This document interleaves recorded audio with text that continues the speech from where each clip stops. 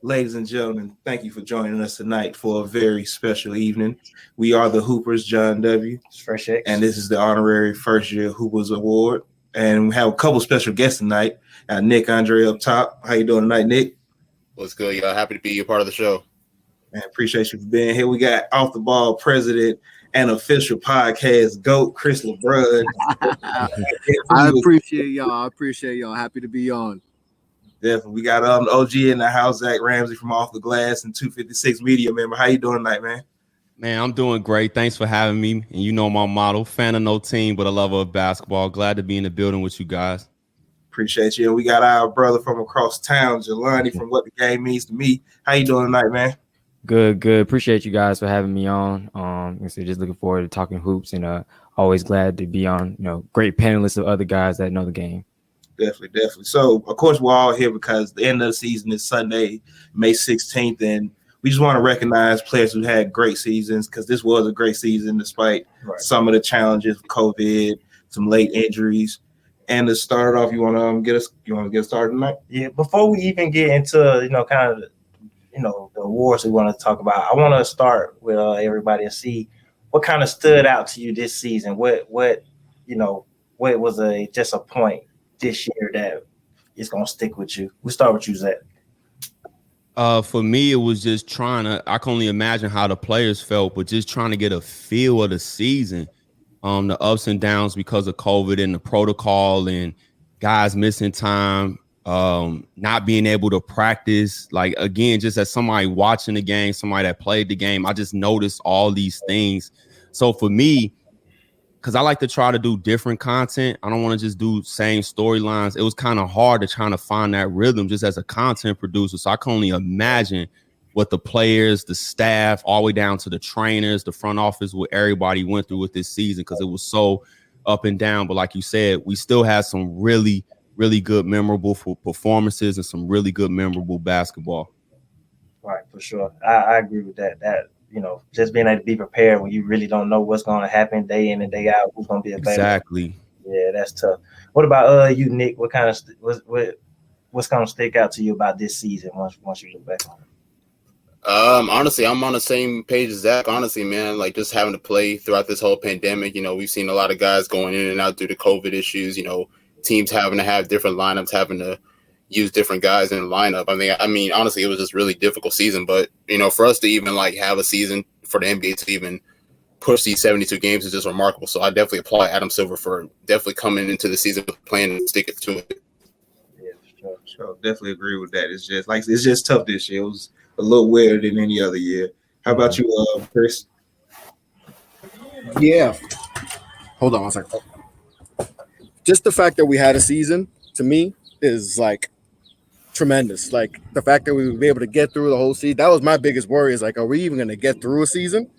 So the fact that we got through it and we almost head to the playoffs, man, that's the biggest thing. So I'm just happy that the NBA, they did it in the bubble and they were able to, do the best they can during the season. So to me, that was the biggest thing, that we were able to get through a season pretty much clean, Right, yeah, and there was a lot of different things that popped out. We had a lot of weird COVID cases, so sometimes it seemed like were we gonna make it throughout the season? So, what you think, Jelani?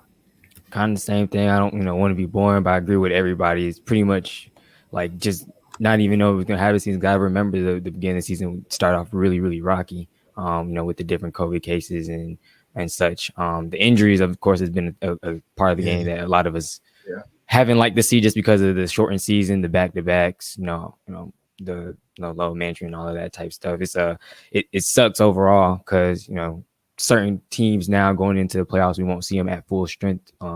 Denver Nuggets, Celtics possibly, never, still kind of on the edge. Don't know if they're gonna be there or not, but pretty much just that in sense. But like everyone else is saying, it's congrats to the NBA for even getting through it all in as a whole, because it's been times, like you said, we didn't know it was gonna happen. But I guess the last thing also too, like certain guys and certain teams, basically, I guess showing like, they haven't lost the stuff. I know early in the season, I know I watched a lot of Zach stuff, kind of giving Russell Westbrook his flowers. In the beginning of the season, everybody was trashing him, saying he's washed, here's this and that. But, turn around, he's now the triple-double king. him and Bradley Beal have, gotten the Wizards back into the play-in tournament at the very least. So certain guys that we thought like may not have it no more, obviously they're still great talents in the league. So I definitely agree with that. And once again, shout out to Westbrook, who the Wizards gave him a jersey for number 182, and he immediately got another triple-double right after that. Yep. So I guess they got to give him another jersey now. They kind of right? But shout out to Zach, who is a person I know always try to give every player their flowers, because that's what we're here for, to respect and honor the game and make sure we, shout out those players who's playing well. And I guess to kick it off, we're going to start with a Hooper of the Year, which I know is going to be a pretty tough debate topic because there's a lot of players been hooping this year, and throw in the injury factor and COVID to kind of come down to the last minute decision. But Nick, who you got for your Hooper of the Year? I'm gonna say the Joker. I'm gonna say Nikola Jokic, and it's crazy because I've been just going back and forth throughout the season, like who was my favorite between him and Embiid. Just watching Embiid, have such a dominant season in Philadelphia.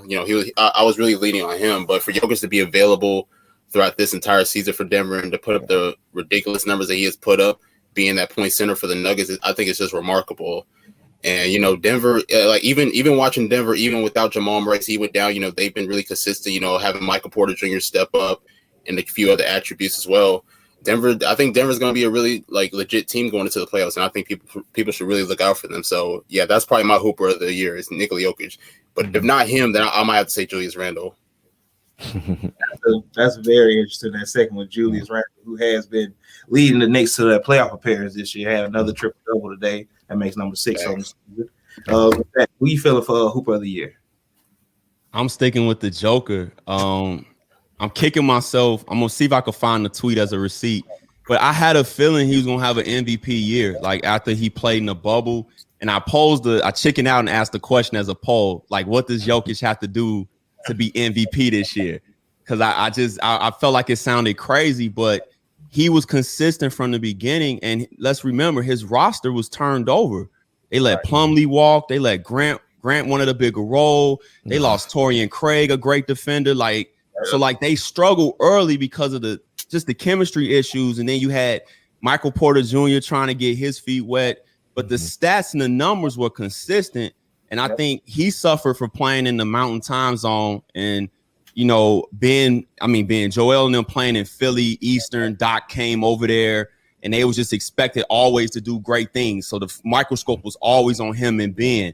So, but the Joker's been consistent from the beginning. And then once Embiid went out, he just really started to separate himself. And like I've been saying on my last couple podcasts, for me, it's not a lifetime achievement award. So I never consider LeBron, when guys half his age are going hard every game. It's just, it makes sense. It's not me criticizing LeBron, but at 35, he's pacing himself. And I'm pretty sure, like I said, Lakers fans would rather have him for the playoffs and winning championships than burning himself out.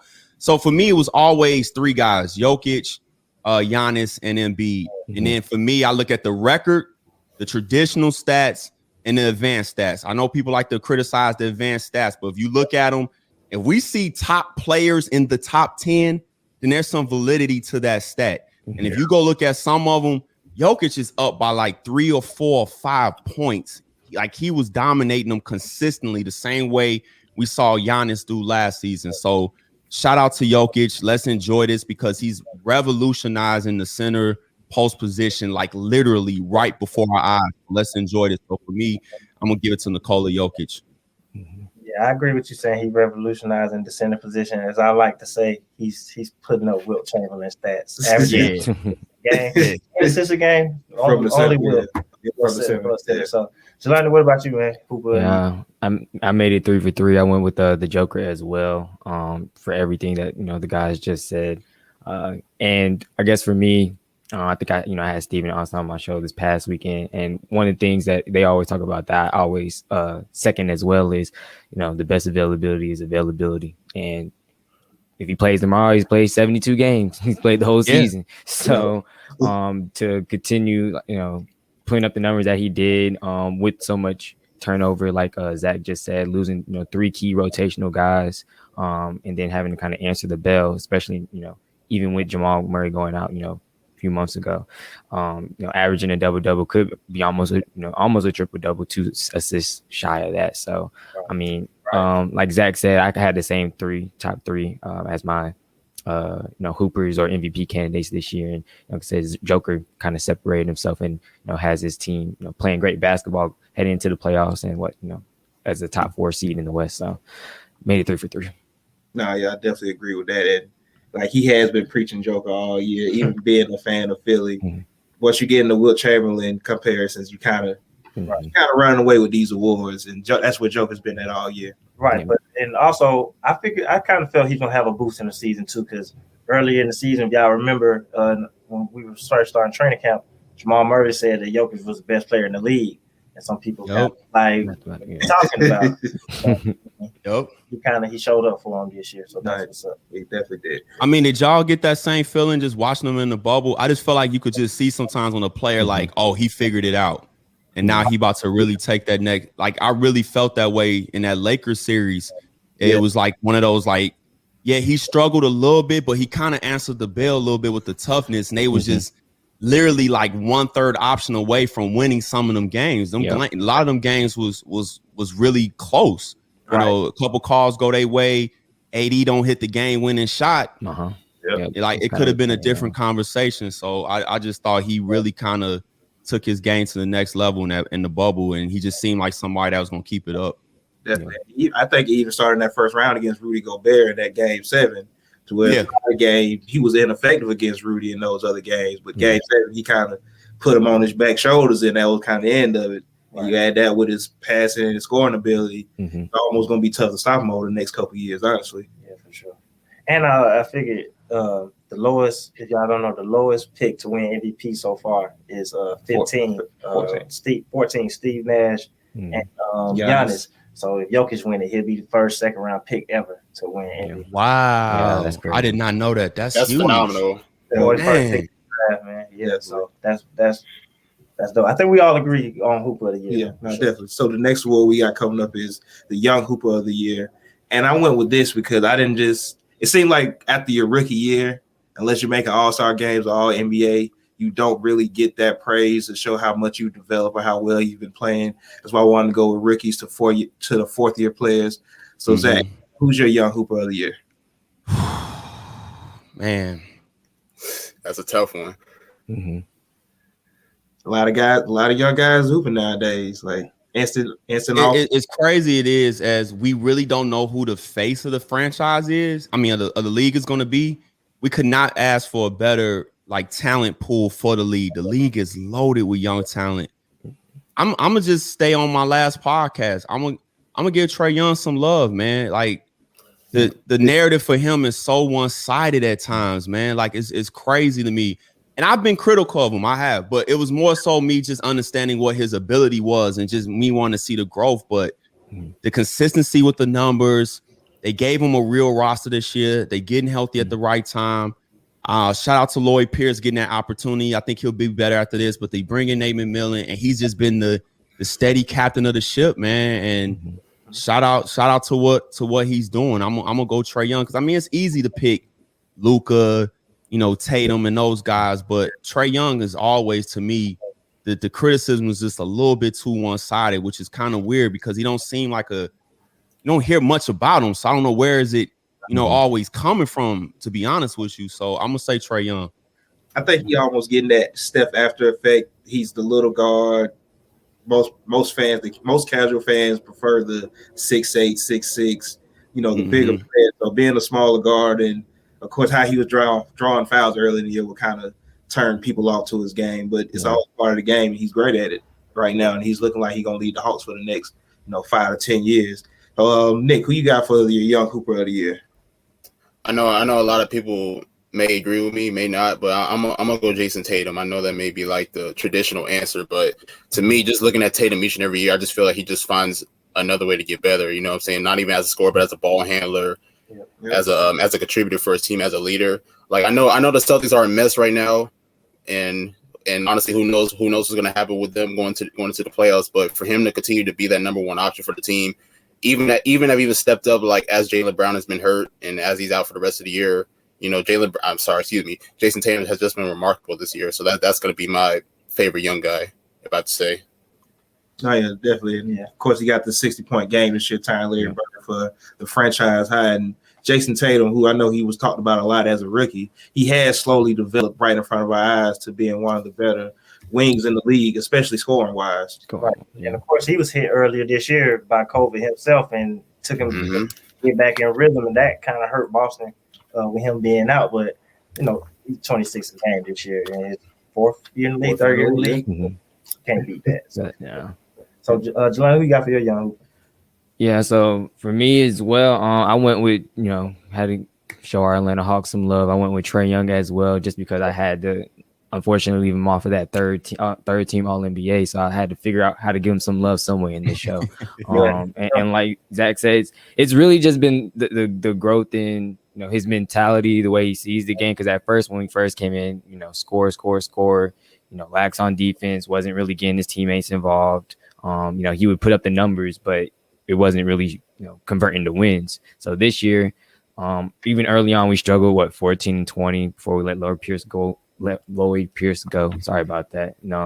We've seen him even early on. He did, take a step forward. There was rumblings with John Collins about, just basically getting more guys involved in the offense. And that's not just running through Trae. It was a bunch of noise and chatter in the NBA world, but they fought through all of that. Nate McMillan took a hold of the ship, and he's improved each and every step of the way. He's averaging like 26 and 9, something like that. And like I said, got his team somewhere where a lot of people didn't expect to get him when we drafted him.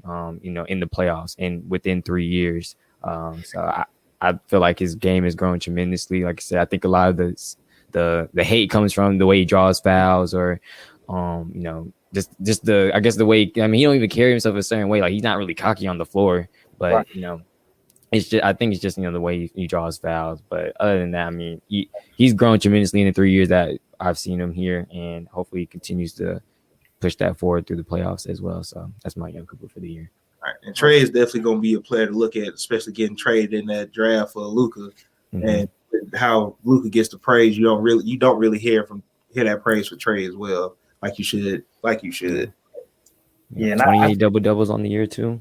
Right, exactly. Yeah, he's a double-double machine. And anybody else that gets traded for Luka, that's tough, because Luka's been in MVP type conversation. So Trae has held his own for that in that conversation to make it not seem like Atlanta made such a bad trade with that. Yeah, so, definitely. And Nate McMillan was brought. Oh, go ahead.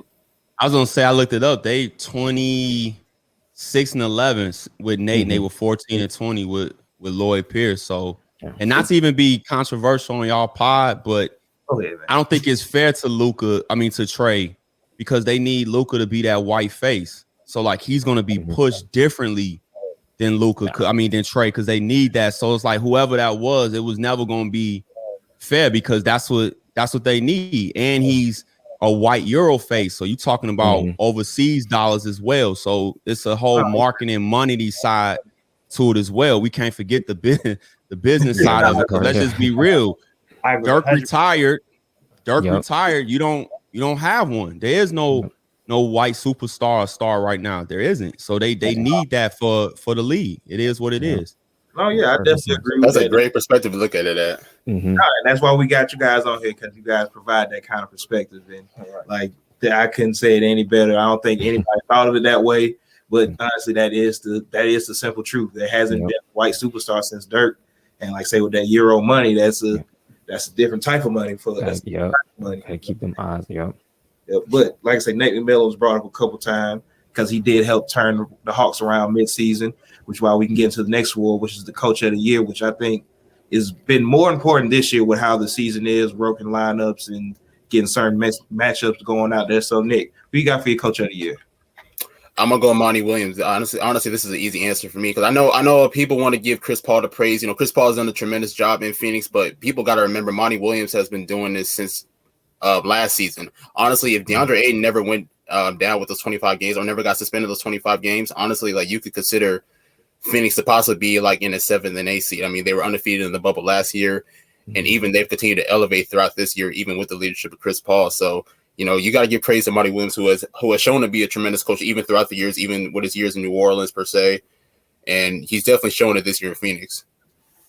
Yeah, I definitely agree. DeAndre Ayton getting suspended for those 25 games last year really hurt their team for sure.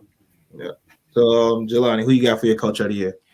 Yeah, so I actually had Monty Williams as well, but this past week, Steven opened up my eyes and made me change my pick when we talked about it. I got Quinn Snyder, Utah Jazz.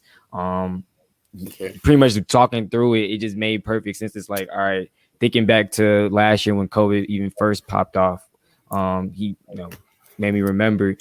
Rudy Gobert taking it as a joke. Obviously, Donovan Mitchell ended up catching it. We heard so many rumblings of, basically they weren't talking to each other. It was they were just butting heads. Like they wasn't getting along pretty much because of that. And, it was even rumblings possibly one of them might have to get shipped out. But pretty much since then, that you really hadn't heard any really much else from that or about that. And coming into this new season, we wasn't really expecting to be, at the top number one. I know I had them around like 6, 7 when I first did my my predictions, but they 51-20 this year, number one in the West. Didn't really change have any crazy makeover change to their roster. Like they went in with the same guys, same mentality. They've been relatively healthy. You got 2 guys that can possibly be considered 6th man of the year.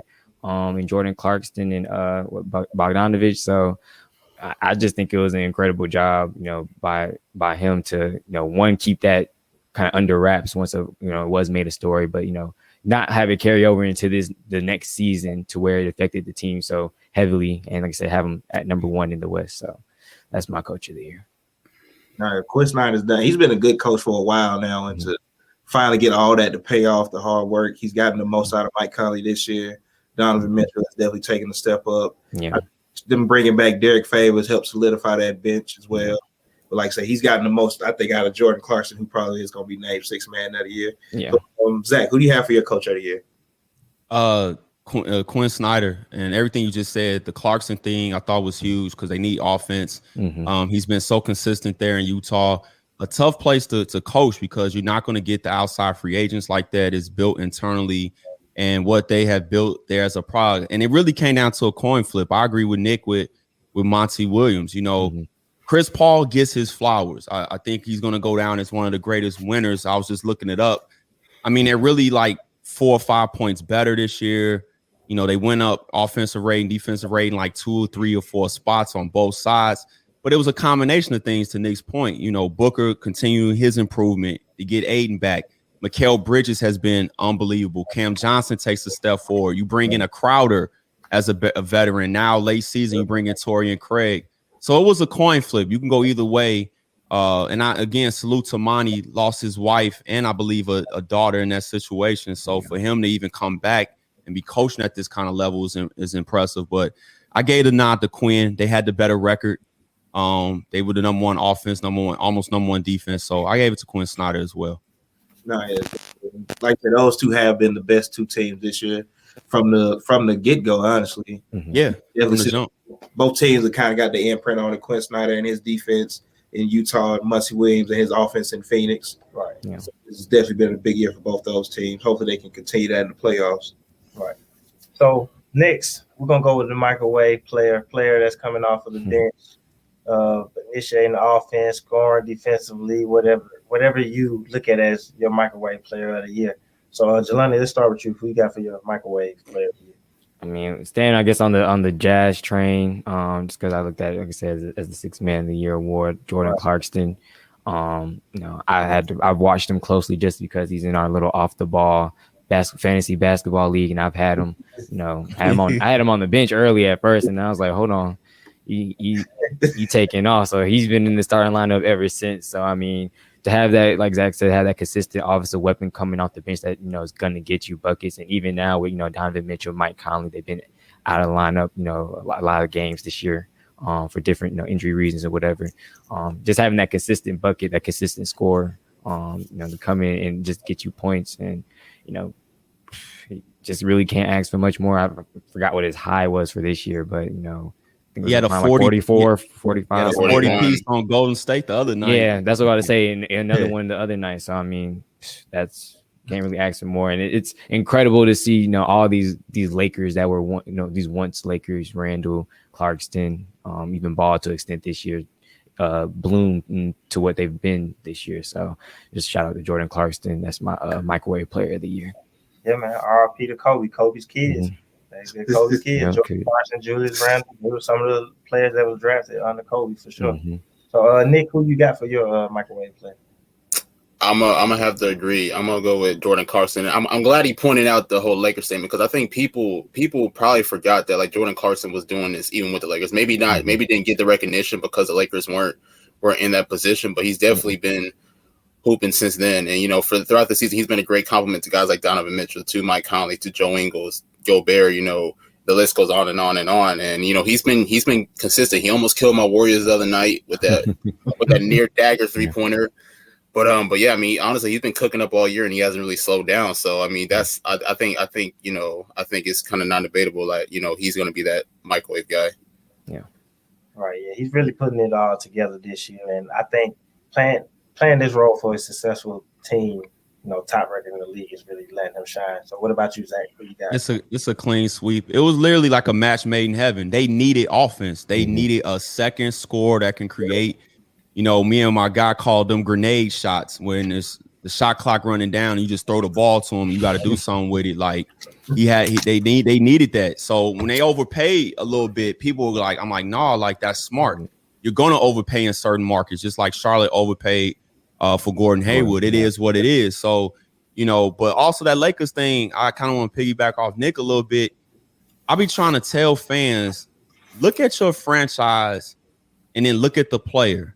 The Lakers did not have a developmental program.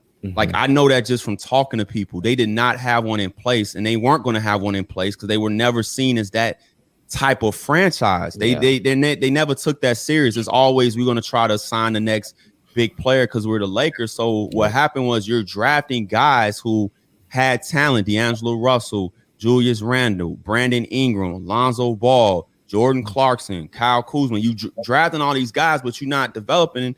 Then you're caught, like Nick said, Kobe's kids at the end trying to, with a legend. And it was just it was never going to be what people thought it was going to be. So I always try to tell people, before you criticize the player, look at that organization, for better, for worse, and see what's really going on. Because besides the superstar players, like, that stuff matters. Organization and culture really matters. And even to the superstars, like, they getting inducted tonight. What if KG goes to San Antonio and Duncan goes to Minnesota?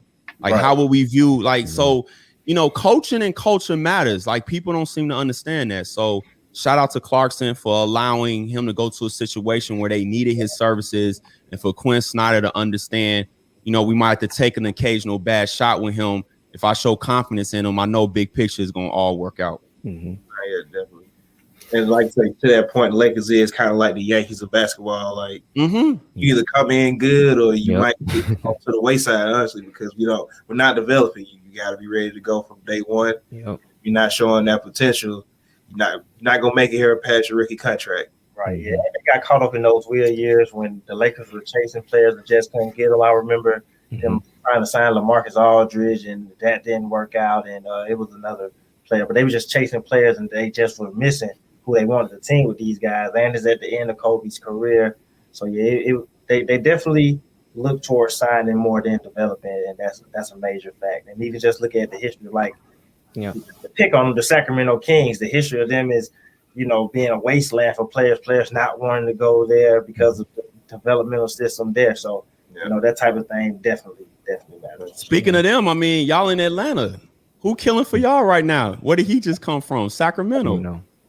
Bogey. And I was telling people, I'm like, he's nice. True. Y'all just ain't been watching them games. Like, he is nice. He was definitely doing this in Sacramento as well. Yeah. And like I say, they weren't watching. Right, for sure. So our next award is an award that I think has been debated heavily this year, because a lot of players stepped up, even though a lot of fans wasn't expecting it. It is our surprise who put a year, or it's commonly known as the most improved player.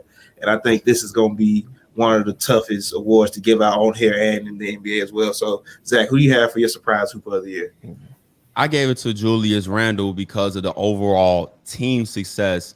I felt like the skill set was always there. We saw it in New Orleans. We even saw a little bit last year, but the continual improvement of his jump shot and his decision making. He was at, I wrote it down, almost 6 assists. 5.9 assists. So now you creating as well. And then when some other guys kind of got hurt and their records kind of took a step back a little bit, it was a little bit easier. So I went with Julius Randle.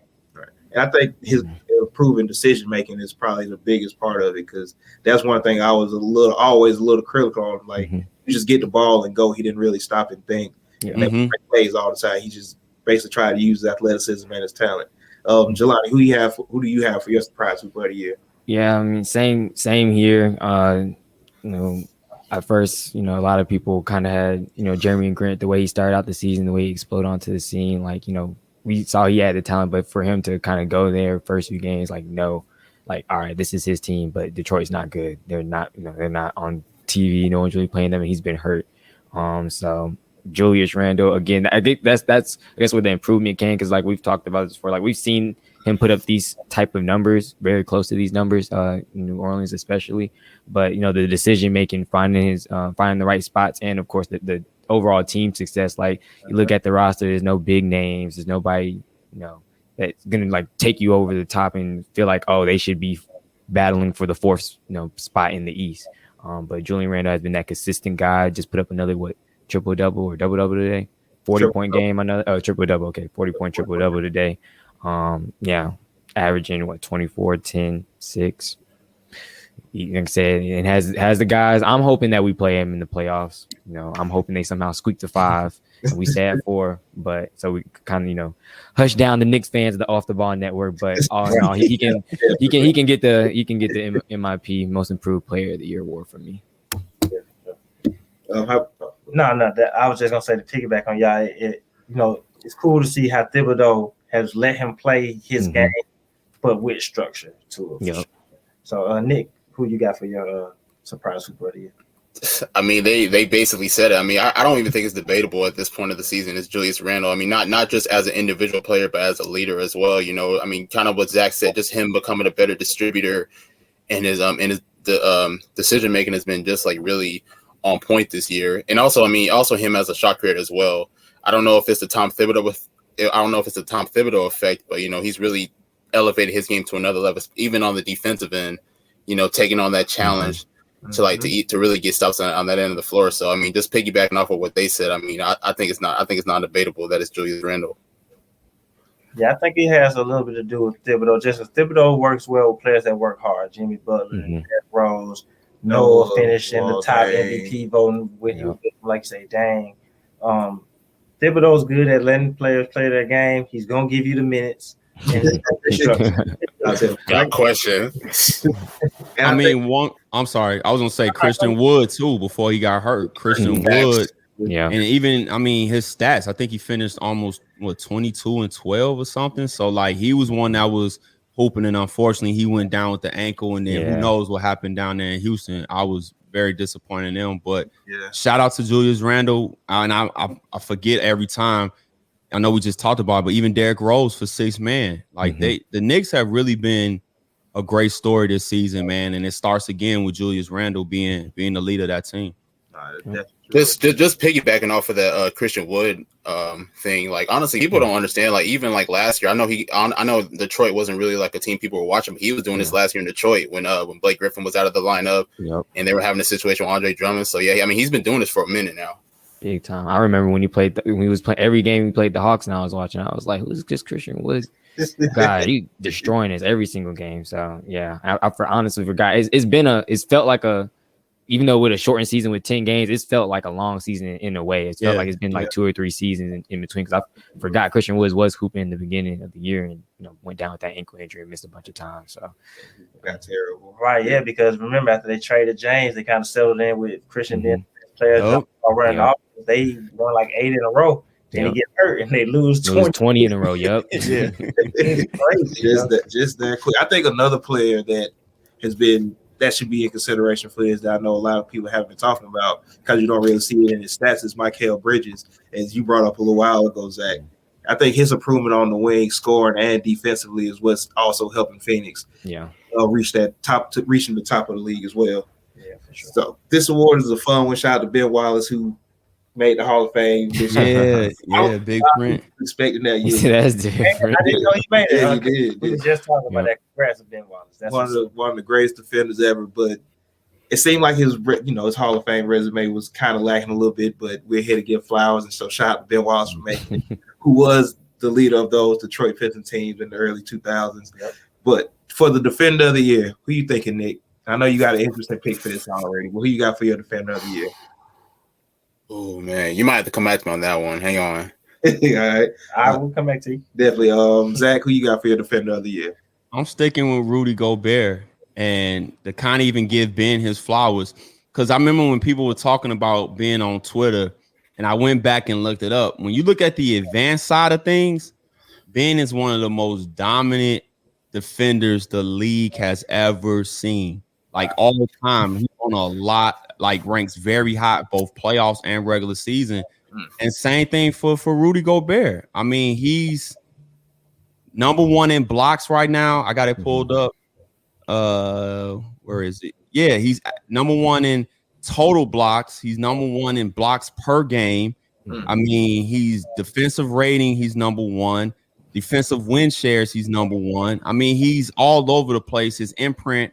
I was arguing with somebody, my guy, the Chuck, Bad Luck Chuck, and he was saying like he missing a lot of rotations this season, and he showed me like one play, and I'm like, bro, that's like one play.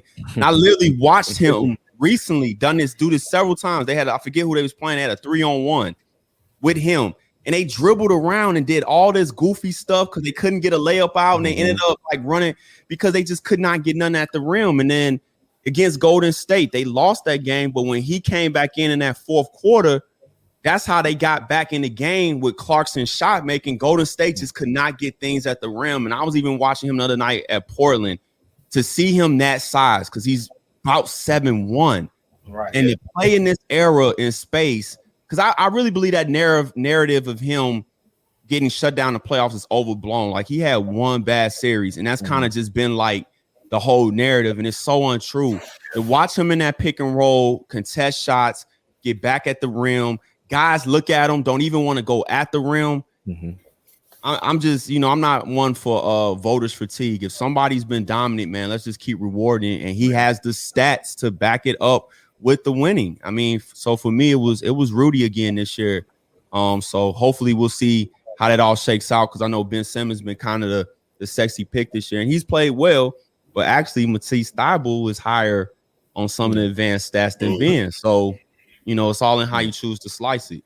No, definitely Ben is definitely the sexy pick because he's the perimeter defender. You see him around different positions, whereas Rudy Gobert is, which kind of becoming underrated now in the game, is a great rim protector. So unless you're looking at the advanced stats, you don't always see it because you're not going to see 10 block games every night, 5 block games, but you don't really see how he affecting shots and changing shots and even changing passes, because you don't want to go to a lane with a defender like that, honestly. Yeah. So I'll ask y'all here real quick, then even if you don't agree, how many teams have a 7-footer that's able to stay on the court in today's game? Like besides Jokic, that and I mean like Jokic and Embiid, they're the exception because they're so good offensively and Embiid defensively. But if you think about it, everybody else, they have to go small because their bigs can't keep up. Yeah. So I just think for him, and when you look at it in context, I think all of it is impressive to me. Yeah. No, yeah, definitely. That's true. Like, isn't it as, because especially there's not many bigs anyway, 7-footers. So to have one that you can keep out on the court, because you're not even worried about him shooting free throws, honestly. You never see him really get taken out of the game for free throws either. So that is impressive, honestly. Yeah. So, Nick, you ready to make your pick? Yeah, I think I'm ready. I've been trying to juggle between so many players. Obviously, Ben Simmons, Matisse Thybulle, like Zach said. Even nobody mentioned him, but even Miles Turner was having a good defensive season in Indiana before he got hurt. But I think I'm going to stick with Rudy Gobert, who gets a lot of disrespect around the NBA. But I mean, I'll have to agree with everything Zach said. I mean, Gobert's been rim protector, and he just continues to go at it like every single game. So yeah, that's probably who I'm going to have to pick. It was a hard decision because there's a lot of guys who have impacted the game tremendously on that end of the floor, but I'm gonna go with Gobert. Yeah, man, it's not a bad pick. Like I said, his rim protection is underrated, but it's definitely felt throughout the game. Right. What about you, Jelani? Defensive player.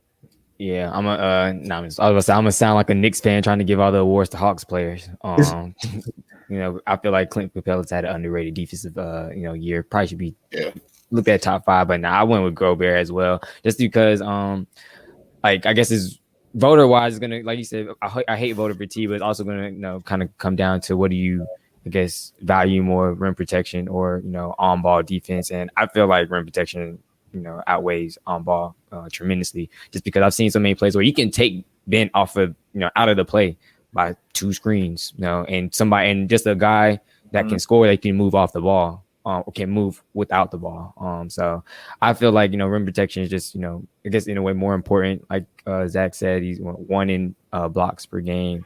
I think he might be behind Clint with rebounds, so he might be second in that category. But rim protection, I feel, is a little bit more important, and Gobert's continuously been that constant rim protector, like Zach also said, that you can keep on the floor. Like there's not too many bigs that you can kind of keep out there and they not be a liability on both ends. So that's clean sweep again. Go with Rudy Gobert.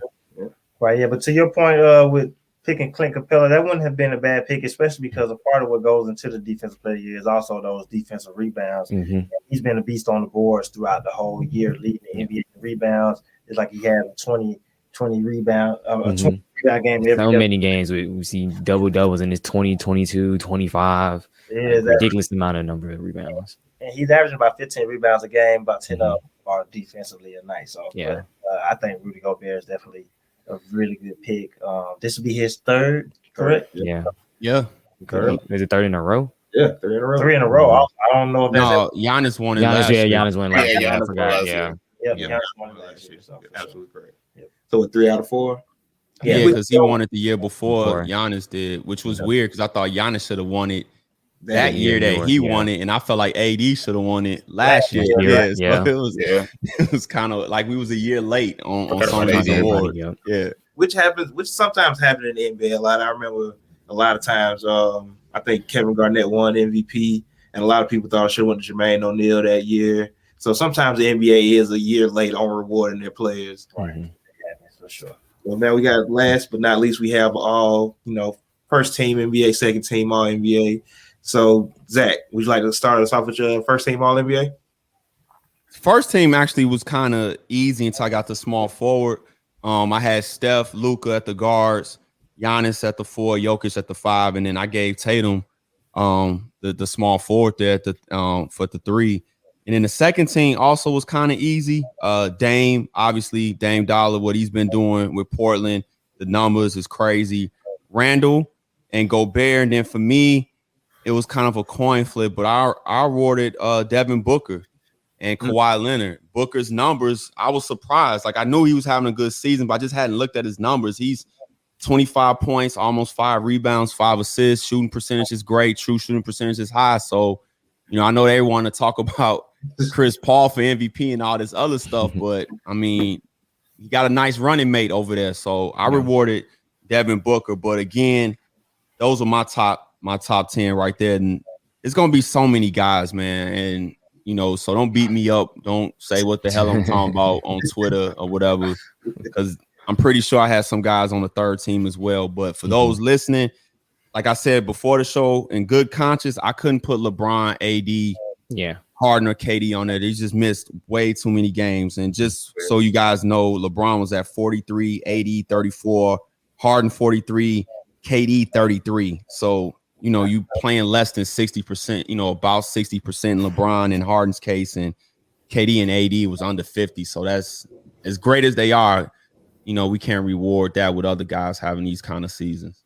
No, definitely not. You got to reward the guys that's able to get on the court every night, or at least the majority of nights. And like I say, it wouldn't be fair to put LeBron and those guys on the list and missing all those games like that.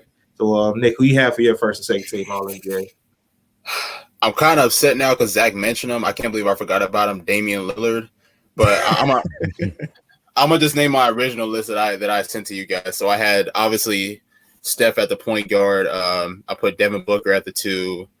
I actually put Giannis at the 3. I know a lot of people may switch him either 3 or 4. I put Julius Randle at the 4, and then I put the Joker at the 5. And then for my second team, I had Chris Paul at the 1. I put Donovan Mitchell at the 2. I put Kawhi at the 3. I even added Luka at the 4. I know he's not only a 4, but I added him in, and then I put Joel Embiid at the 5. It's a tough list. I mean, because like you said, I mean, you would want to go like each year like those guys like LeBron, KD, James Harden, Right. Kyrie per se. But I mean, they have missed a lot of games. And, we haven't been able to see them contribute on the floor. And I mean, I feel like it would be really disrespectful to put those guys ahead of like the guys who have been available for the teams and have been putting up tremendous numbers. So yeah.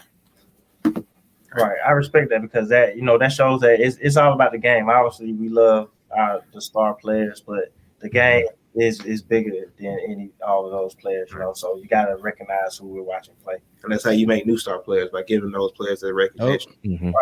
Those players, because I see Nick, you did it with Devin Booker and Donovan Mitchell, and I don't think nobody's going to have them first and second team, but they've been the best. They've been the best guards on the best teams all year, so you have to at least consider both of them. Yeah, exactly.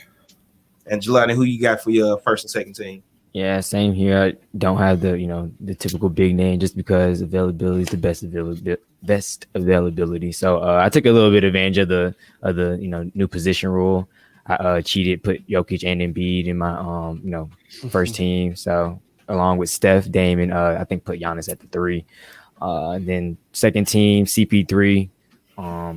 I don't know, just love that guy. I love the way he plays. I know, they already kind of had a formula for success over there, but I feel like he, kind of slid right in and elevated them as well. So I feel like he definitely deserves, one to either second or third team. Bill as well. I feel like he's had an incredible year number wise. I know he's missed the last few weeks. I think he's played 59 games. So I think for me, I was trying to look at guys, somewhere in like 55 and up or 60 and up games played. Put Luka at the 3, Zion just because of the efficiency. I could have easily put Randall there. I think I wanted to put Randall there, but I was like Zion, just the efficiency, the way the numbers he was putting up in the year he was having to me. Even though in the losing effort because the Pelicans are trash this year, but I feel like he's the one bright spot on that team. And then Gobert finishing off at the center position. I think Zion and Randall is going to be interesting picks because I think a lot of people are either going to have them flip flop like that. Either Randall's going to be on second team and Zion on third, or Zion's going to make second team and Randall's going to make third. Because Zion is putting up crazy numbers on crazy efficiency. I think like 70 something percent efficiency, like the 7 assists. Yeah, it's going to be hard to keep that off. That's all NBA any other year with a losing team, honestly. So I'm surprised no one had Zion for their young hooper. I thought he was going to be the one. Like you say, 27, 61% from the field, and just watching him play. Sometimes Zion, and I'll admit, I think Zion. I won't say I'm not the biggest Zion fan. I just think you got to take advantage of his prime because that's just how it is with athletic players. We've seen it. But he looks unguardable at times with his strength, his speed. It's just crazy to watch for sure. Definitely. And speaking of Zion and the Pelicans won't be making the play-in tournament. Right. Well, at the end of the show. Before we move on to the play-in, real quick though, I feel like Westbrook and Chris Paul kind of stole spots this year. Like Westbrook triple-double push got him on there, and I was like, where am I gonna put Donovan Mitchell? Yeah. Like it was just that's fair. And it's like, to your point though, you got me thinking we gotta make way for like the new stars as well. So it's like it's gonna be interesting to see which way these voters go, because I really feel like if Westbrook didn't make this push, then I don't think he makes it. And I had him third all NBA because of the record, and I had Embiid third because he only played 51 games. So, but yeah, I think those two veterans, two greats, I think stole a couple spots that might have been there for some of the younger players, like a Jaylen Brown, even that had a great season this year, is another guy to throw out there as well. Yeah, definitely. The guard spot is always going to be the hardest to pick, because those two positions, it could be anybody any year. We've seen Dame and Steph flip-flop at the point, which will leave Westbrook on the third team and not making it. We've seen Kemba make it over Bradley Beal. It's just that guard spot and that wing spot are always going to be the hard spots to pick for. Oh, yeah. Like, every year because those are probably easily the best two filled out positions right now in the league. Yeah. And Kyrie. Oh, yeah. Kyrie played 52 games. He was almost 50, 40, 90 this year, averaging, I wrote it down, 27 on 61% true shooting. So it's crazy. Like, it's too much talent, man. Yeah, there's so much talent. Yes, it's definitely a lot of talent. That's crazy when you think about it.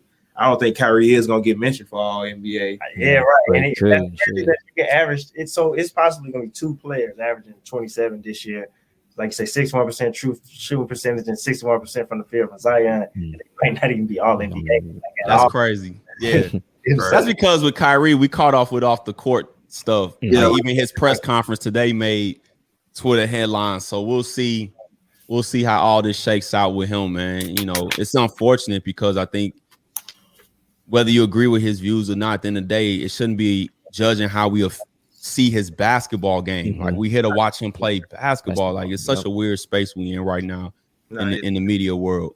Definitely, because it gets a little personal sometimes when it shouldn't. Like a lot of that stuff, leave it alone. You don't have to, like you said, you don't have to agree with him. You don't have to necessarily like what he's saying, but that's his personal space and his opinions on things. Right. But like I say, into the preview of the play-in tournament. Oh, hold on, before we changed it. We're not calling it the play-in tournament. You're absolutely right. Thank you for correcting. We're calling it the wild card tournament. I like it. You know, it makes it sound like it's, you know, a little more important than what is being played off as. People don't like the play-in because the play-in doesn't sound like it's a part of the playoffs, but it is a part of the playoffs. Just like the college basketball, they have the +1 part of the NCAA. It's all a part of the playoffs now. So the wild card makes it sound better. Right there. So all the games are basically set except for Portland and the Lakers, who are still fighting for that 6-7 spot, basically. We have Washington, Indiana, and the Celtics and the Hornets still. Yeah, Hornets. And in the East and in the West, we have Lakers or Portland against the Warriors and Memphis and San Antonio. Starting to the East real quick. Which one of those two matchups y'all looking forward to? Indiana and Washington or Charlotte and Boston? We'll start with Nick. I'm going to say Charlotte and Boston. I mean, in all honesty, I mean, kind of like I said earlier, I mean, Boston's been a mess this year. Honestly, I think it's surprising to many that they're even in this position. True. And to me, I don't know what it is. They just haven't really seemed to capitalize off of like anything that they've done all season. So they might be in some trouble, like going into this game, going up against a young Charlotte team who was energized, who was motivated. LaMelo Ball is back. Miles Bridges just came back. So yeah, I mean, Boston might be in trouble. I mean, honestly, Charlotte's got a good team right there. You got to give credit to Coach Borrego for the job that he's done. So honestly, I think that's going to be a game that's going to be interesting to see. Yeah, I've gained so much respect for Terry Rozier this year because I remember his situation in Boston, and I didn't really know, like he had bad shooting percentages. You know, he never really got 40%. And just keeping real, I didn't know what type of player he was going to be, and he's definitely opened my eyes to respect him. I always respected his game, but I got a different level of respect for Rozier, so I like that. Well, Zach, which one of these matchups you feeling a little more, Indiana, Washington, or Boston and Charlotte? Not really feeling both of them, to be honest with you, because Boston's not healthy. I don't know if Haywood. They saying he should play, but he's been out, so they not really healthy. Indiana not healthy, but I kind of want to see Westbrook keep going. But I also want to see this Boston kind of dumpster fire fall out, you know, because I've been saying since the beginning of the season, before they go into off season, I said trade Marcus Smart, reset your culture. He's your most valuable piece. Nobody's taking Kemba's contract. You don't want to give up Jaylen Brown and Tatum, but people think they just gonna flip coaches. And I'm like, yeah, Brad Stevens might be a little bit overrated, but then who are you replacing him with? You know, so I don't know. I if I had to pick, I'm gonna say, because I love the young fella, I want to see Charlotte. I want to see LaMelo do his thing. Shouts out to him, man. I'm proud of him like I know him, man, because the criticism he got coming into the draft was insane to me for a 19-year-old. You know, I will always argue is through the lens of nobody likes his father instead of actually watching the game. And it was even getting insulting how they was trying to downplay the Australian league. I know buddies that played. I got guys that played in the Australian league. It's a great league. You know, I wish I could have got over there and got a bag. The weather's beautiful. The fans love you. You know what I mean? So, you know, to see him come through and kind of show everybody what we thought he could have, like he was going to be, I thought it's been incredible. So I want to kind of see them run and see how it goes. And maybe Haywood gets healthy and they shock some people, you know. I wouldn't want to play them. And I thought to your point too, that they was auditioning Terry Rozier to trade him early on. And then Devontae Graham goes down, and now it's like, oh, we got to figure out how to get Terry these minutes, and he become like they main go-to player down the stretch. So, yeah, if I had to pick, I'm gonna say Charlotte and Boston. Yeah, man. This could be a good thing for Charlotte because you know, tasting some early playoff success for a young team, building culture. Like I said, they can get Gordon Hayward back. He would definitely help with some defense and some scoring and moving the ball as well. So that could be a really big game for Charlotte if they can get this win. You know, Jelani, how about you? Which one of these two games you really looking forward to? I mean, I'm just like with Zach. I really don't want to watch these games, and especially with the teams not really at full strength. With the Celtics, it's a sad thing to see. You know, kind of how they're, you know, just kind of diminished away. Like I said, losing Jaylen Brown for the year. Jason Tatum might have to put up 60 both games, especially if they lose the first one, which I feel like they're going to lose against this Charlotte team, especially if Gordon Hayward is able to come back and play. Even if he's not able to come back and play, they're young, they're aggressive. They play on both ends of the floor. Like they really play well together. So I think they're going to be in trouble. Then they have to match up with the Washington Wizards or Indiana. Indiana's been playing really well. Even like I said, they beat us, you know, last week or 2 weeks ago. Karis LeVert has been, ever since he's been back in the lineup, he's been playing lights out. Sabonis, we know he's a constant as well. So I don't know. I'm not really. I would have to say the one I'm most excited to see is, you know, Boston and Charlotte. But I don't know. I just know it's gonna be crazy when Charlotte does make the playoffs. All these news outlets, all we're gonna see is them have camera on LaMelo. First round matchup. Whether it's against, you know, Brooklyn or the 76ers, it's going to be entertaining. But yeah, I would have to go with Boston, the Charlotte. I want to see Charlotte for one more reason. I want to see their announcers get to call some plays in the play. Yeah, they got their announcers. Dope. I just wanted to piggyback when Zach brought up Marcus Smart. We actually just having a conversation off camera the other day about what does Boston do, and Marcus Smart does, because I personally said Jason Tatum is the one person, he's not going nowhere at all. I don't think they're going to trade Jaylen Brown, but I know for a fact they're not going to trade Jason Tatum. So if you really do want to keep those two young all-stars, Marcus Smart is kind of the only thing you can get rid of. So another point about LaMelo in the Australian league, like I have homies that played in that league too. Shout out Travis Leslie, he played over there, and it's tough. Like, the NBL is tough. Like they play for real. They got guys that have played in the NBA or can play in the NBA. The culture is tough, and like you say, it's a beautiful city. It's beautiful women there. They love basketball. Australia is dope. So that's it's good basketball in Australia. And moving over to the Western Conference wild card games, we have, let's say, San Antonio and Memphis, and possibly Lakers and Golden State, or Portland and Golden State. Let's start with the latter with Golden State and their potential matchup with the Lakers or Portland. Which one do y'all want to see the Golden State play more, the Lakers or Portland? I think both of them will be great matchups with some different stories in there as well. Yeah. Let's start with you, Zach. I would love to see them play the Lakers from this. If you're a Steph fan, from the perspective, like if he beats LeBron, like I don't know what Shannon might explode on TV if they. And so then at that point, what can you say about Steph? But then if you're a Dame fan, I would love to see Dame match up with Steph and go ahead and do that as well. Both of them healthy, mono, you know, no stack team, how people choose to view it, however, you know. Right. So I don't know. I think they all would be great matchups. I think, though, if you're the Lakers, you probably want Golden State. I don't think you want Portland. Portland has more weapons than Golden State. Really, you're trying to just keep Steph from getting hot. And I don't know about the Lakers this year. Chemistry matters. Yeah. I don't care how great they are. Like, you got to play some games together. It really, really matters. So, I don't know. For me, it's a coin flip on that one because I think the storylines can go either way. And I think this one will be great basketball for different reasons. So that'll be my take on either one of those matchups. Mm-hmm. I think this is one of the things if Dame gets this game, Portland gets Warriors, he kind of needs this win against Steph in the playoffs. Yeah. He needs to win against Steph in the playoff situation. So, Nick, which teams are you feeling in that matchup? Portland, Golden State, or Golden State and the Lakers?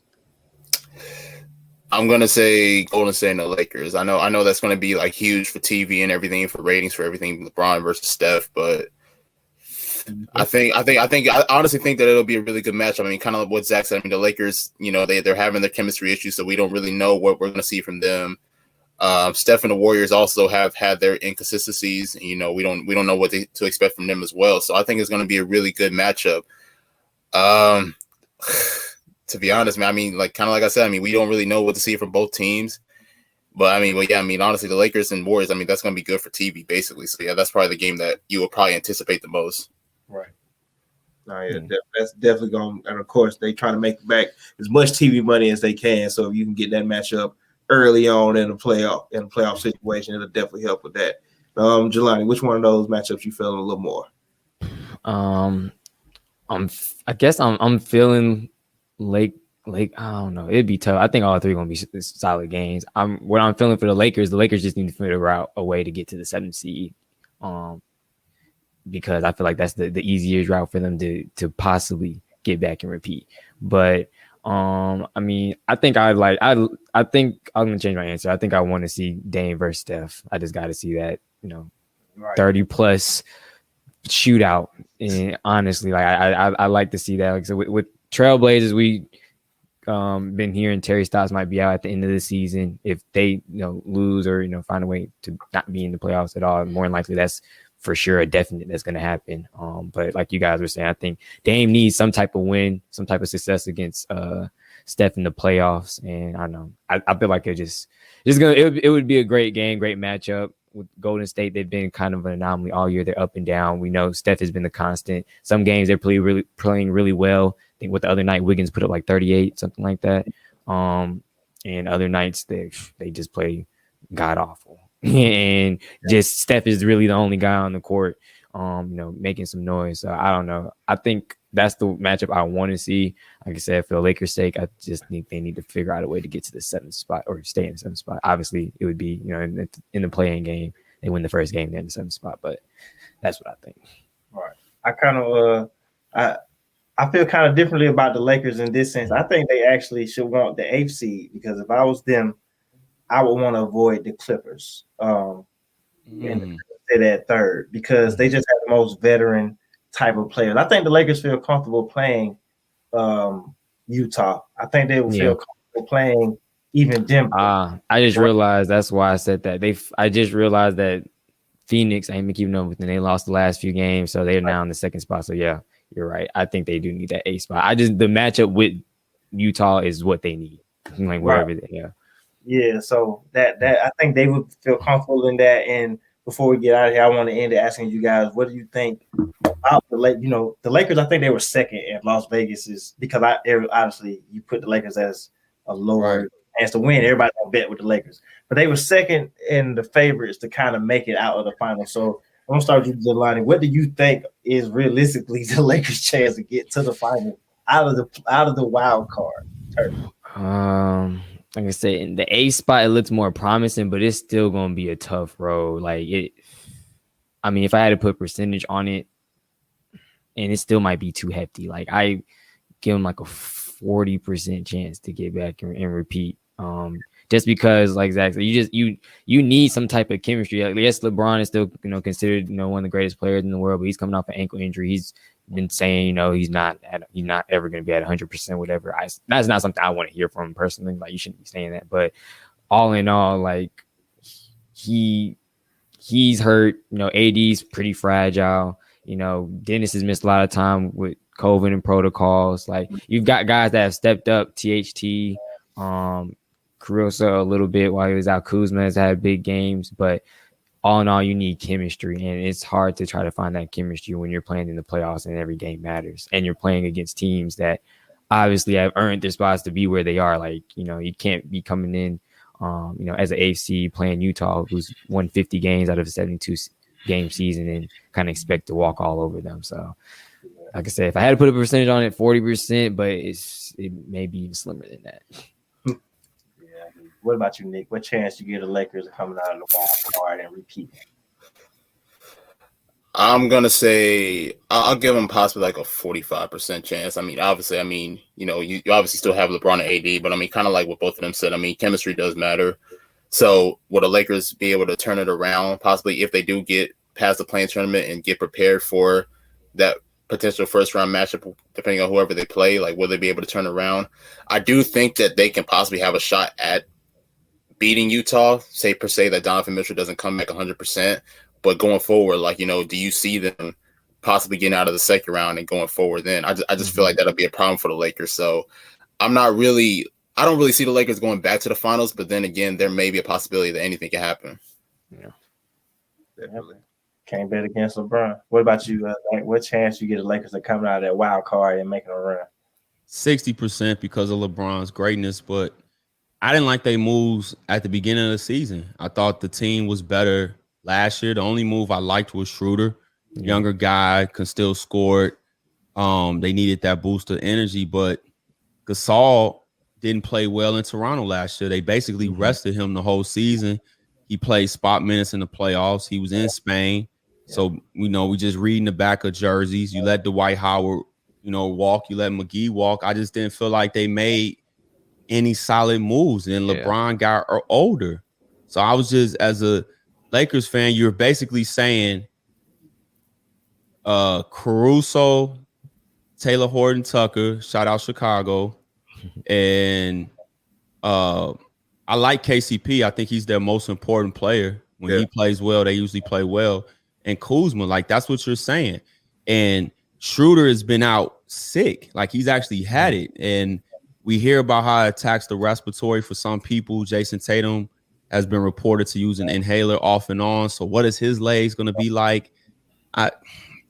It's just not the best situation. And somebody told me I was capping for Laker fans. And I was like, the last thing I don't cap for anybody. My model. I'm just keeping it real. They had injuries. It was just it's already hard to repeat, period. That's one of the hardest things to do. But then you do it with all these injuries, people getting sick. And then I thought the Clippers had a better offseason. That was the best LA. So I'm going to give him a 60% chance because I respect LeBron's greatness. I agree also with Jelani. I think he was kind of already doing what he does sometimes with this built-in excuse stuff. You don't tell nobody you're not going to be 100%. Who says this kind of stuff? And then LeBron fans and him wonder why people don't like him on certain things or want to lean more towards Jordan, because regardless of how you slice their games, you just didn't hear him say things like that.